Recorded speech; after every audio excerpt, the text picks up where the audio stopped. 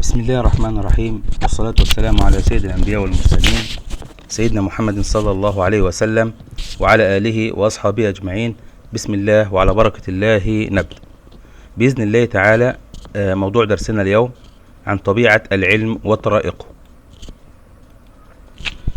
الفكرة الرئيسية للدرس: العلم عملية تعتمد على تساؤل يبحث عن إجابة تقدم تفسيرات عملية للظواهر المختلفة. أهداف الدرس: في نهاية الدرس يستطيع الطالب أن يوضح خصائص العلم الطبيعي، أن يقارن بين العلوم الطبيعية التجريبية والعلوم غير الطبيعية اللي هي غير تجريبية، وصف أهمية النظام المتري ووحدات النظام الدولي، وصف الفرق بين الملاحظة والاستنتاج، التعرف على الطريقة العلمية التي يستعملها علماء الأحياء في بحوثهم، التمييز بين المتغير التابع والمتغير المستقل. العلم الطبيعي أو العلم التجريبي. ما هو العلم الطبيعي؟ العلم الطبيعي ده عبارة عن بناء من المعرفة استطاع العلماء على مدار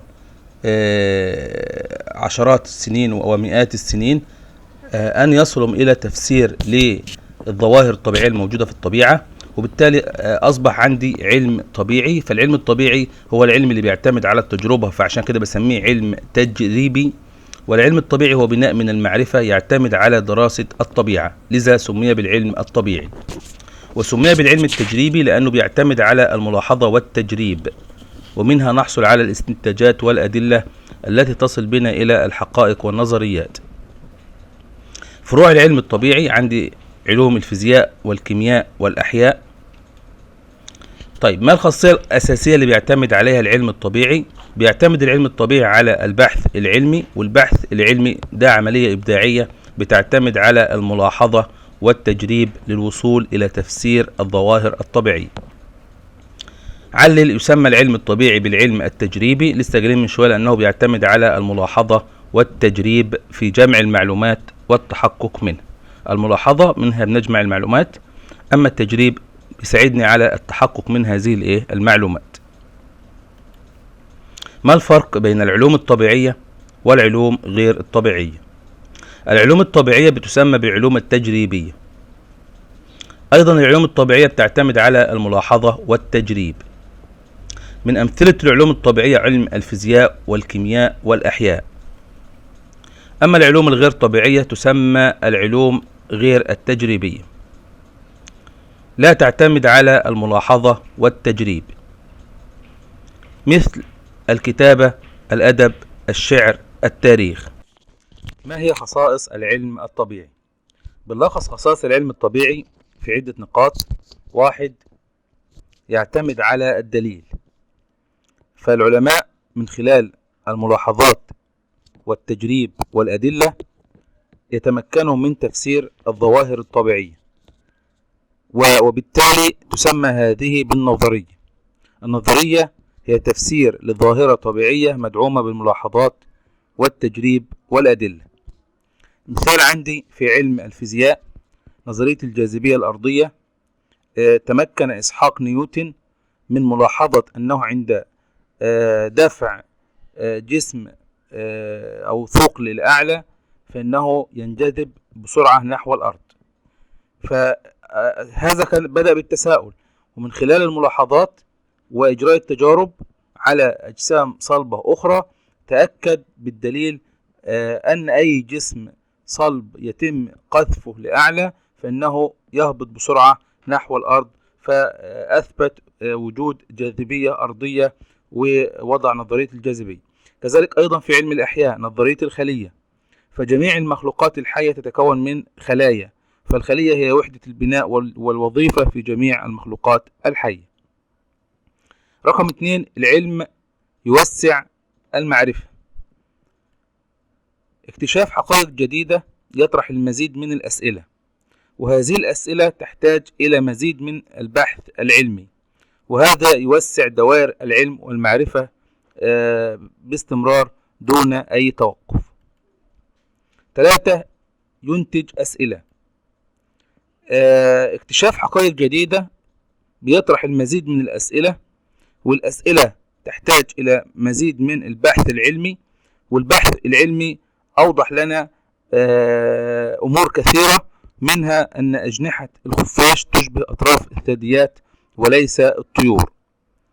كان الأول الخفاش بيتم وضعه في مجموعة الطيور، لكن من خلال البحث العلمي والتشريح والعلم الحديث أثبت أن جناح الخفاش أقرب في الشبه بذراع الإنسان وليس جناح الطائر. في الشكل الذي أمامك عندي طبعا ذراع الإنسان، إذا بصيت لليد في الإنسان هنجد أنها تتكون من 5 أصابع، كذلك الخفاش يحتوي على 5 أصابع، بينما جناح الطائر يحتوي على 3 أصابع، اليد تحتوي على 3 أصابع، وبالتالي فهو أقرب للإنسان أو أقرب للثدييات عن الطيور.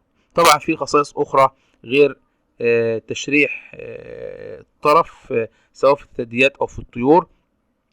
عند أيضا الخفاش بيلد مثل الثدييات، عند أيضا الخفاش جسم مغطى بشعر مثل الثدييات، وبالتالي فكلها صفات تتبع الثدييات وليس تبع الطيور.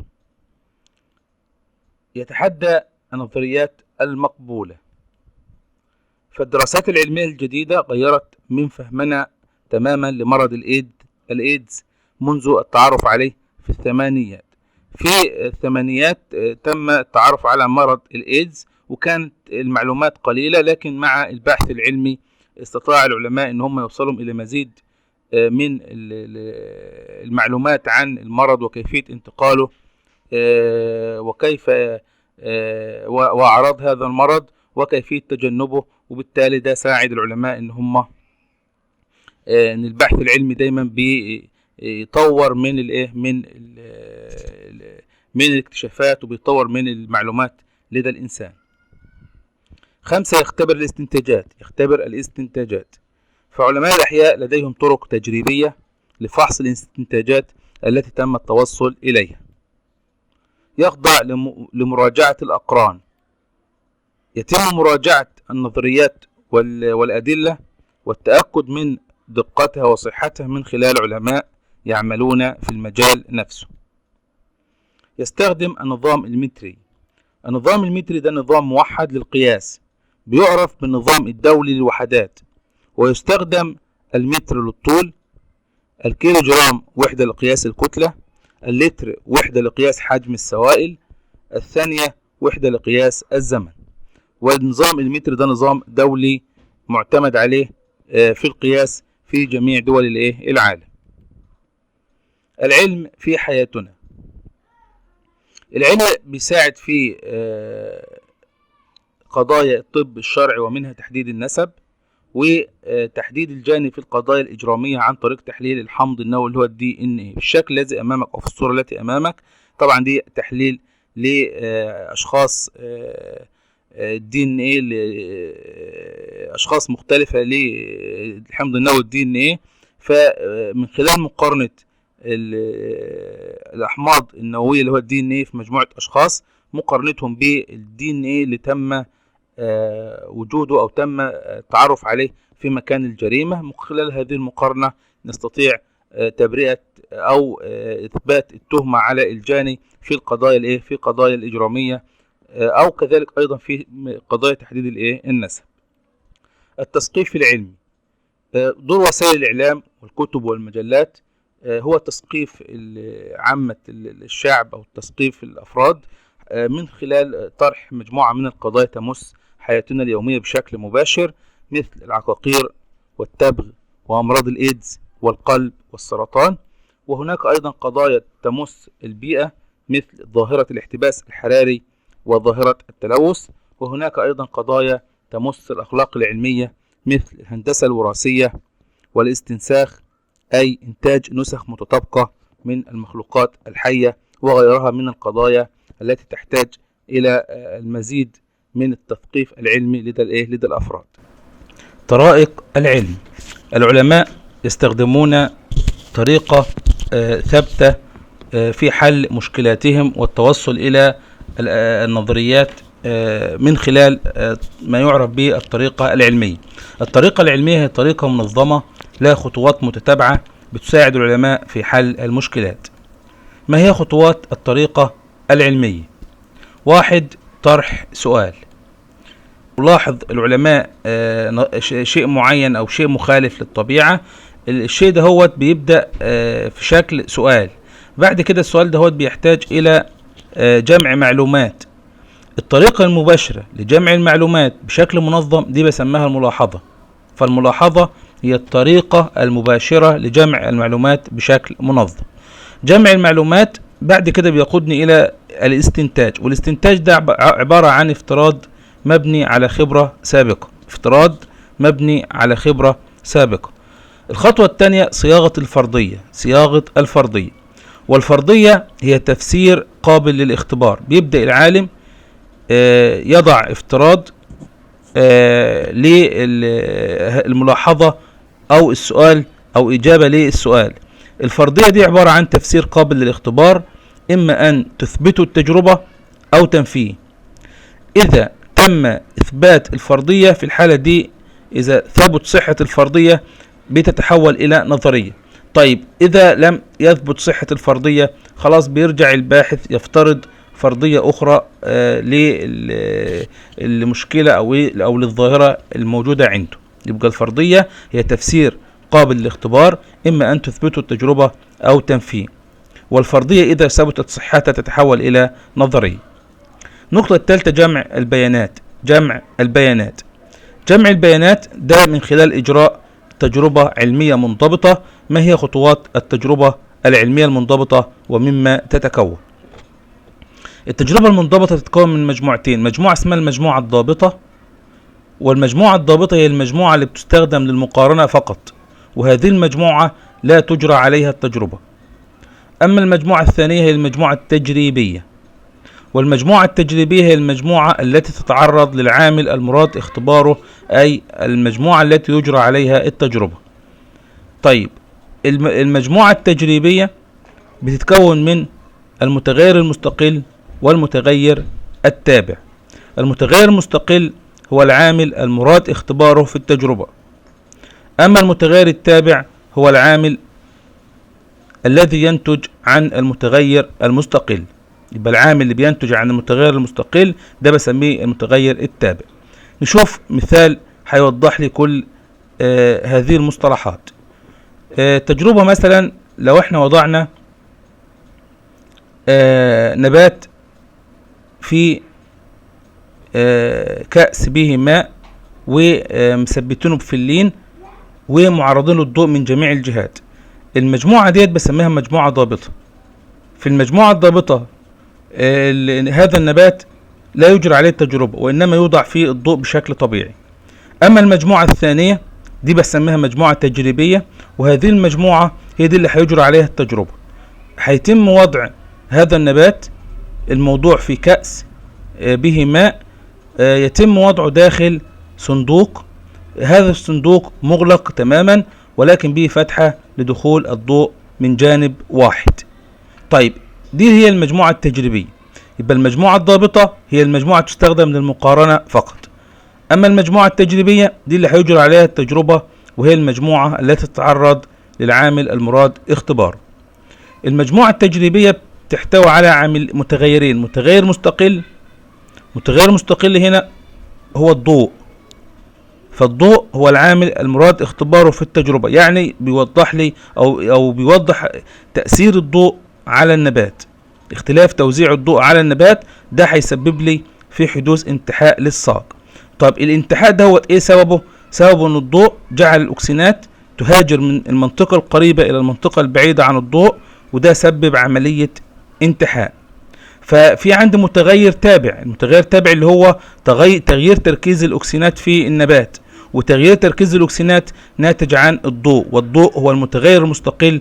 اما اختلاف توزيع الاكسينات ده متغير تابع ناتج عن المتغير المستقل. يبقى المثال اللي عندي وضح لي المجموعة الضابطة والمجموعة التجريبية والمتغير المستقل والمتغير التابع. النقطة الرابعة تحليل البيانات. تحليل البيانات. البيانات هي معلومات يحصل عليها من الملاحظات المختلفة. معلومات يحصل عليها من الملاحظات المختلفة في شكل إما بيانات كمية، أي بيانات رقمية مثل الوقت والحرارة والطول والكتلة والمساحة، أي بيانات على شكل أرقام، أو يتم جمع البيانات في شكل بيانات وصفية، أي عبارات وصفية لما يمكن أن تدركه حواسنا. رقم 5 تسجيل الاستنتاجات، تسجيل النتائج التي تم التوصل إليها والتي أثبتتها التجربة لتصبح متاحة للعلماء الآخرين. اختبر نفسك، اكتب المصطلح العلمي. 1 بناء من المعرفة يهتم بدراسة الطبيعة، طبعا هتقول لي العلم الطبيعي. 2 تفسير للظاهرة الطبيعية مدعومة بالأدلة والملاحظة والتجريب، على طول هتقول لي النظرية. 3 تفسير قابل للاختبار، إما أن تثبته أو تنفيه التجربة، على طول هتقول لي الفرضية. 4 الطريقة المباشرة لجمع المعلومات بشكل منظم، يبقى أنا بتكلم على الملاحظة. رقم 5 المجموعة التي لا يجرى عليها التجربة وتستخدم للمقارنة فقط، المجموعة الضابطة. رقم 6 المجموعة التي تتعرض للعامل المراد اختباره في التجربة، أكيد هتقول لي المجموعة التجريبية. رقم 7 العامل المراد اختباره في التجربة هيكون المتغير المستقل. اختر الإجابة الصحيحة. قام مجموعة طلاب بمراقبة نشاط ضفادع مريضة في بركة، هذا يسمى، طالما شفت كلمة مراقبة يعني أكيد الإجابة هتكون ملاحظة. اعتقد فيلمينج أن البنسليوم يفرز مادة تقتل البكتيريا، طبعا ديت هتكون افتراض، لأن دي فرضية قابلة للاختبار، أي تفسير قابل للاختبار. قام باحث بمراقبة خفاش، وبعد تفكير طويل استنتج أن الخفاش من الثدييات. هذا العمل الذي قام به يسمى، طالما استنتج يبقى أكيد استنتاج.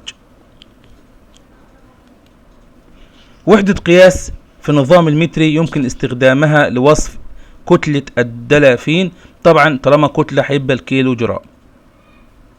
أي مما يأتي يصف جملة طول الضفدع 4 سنتيمتر، طيب طالما 4 سنتيمتر يعني أرقام، هيكون بيانات كمية. أي مما يأتي تفسير قابل للاختبار، أكيد بكده بتكلم على الفرضية. وبكده نكون وصلنا إلى نهاية الدرس، والسلام عليكم ورحمة الله وبركاته.